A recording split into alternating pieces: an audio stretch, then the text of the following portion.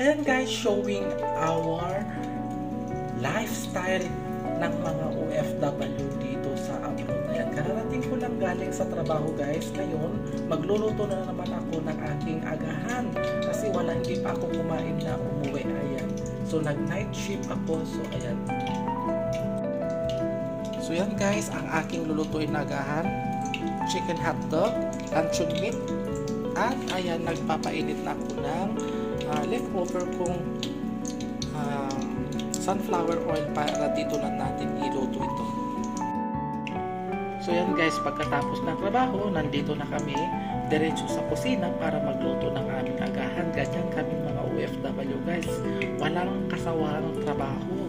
Kaya kapag nagpapadala kami dyan sa Pilipinas, nako, tipid-tipid muna kayo dyan kasi kami din dito mga OFW nagtitipid din kami. So yan lang ang ulam namin. So yan, lutuin na natin.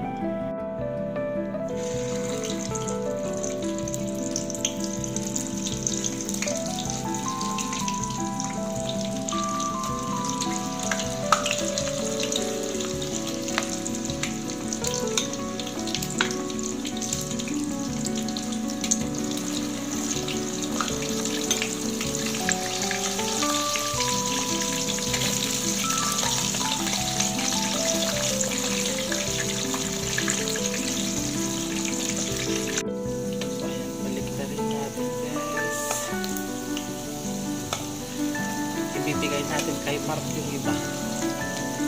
Wala rin ulam yun.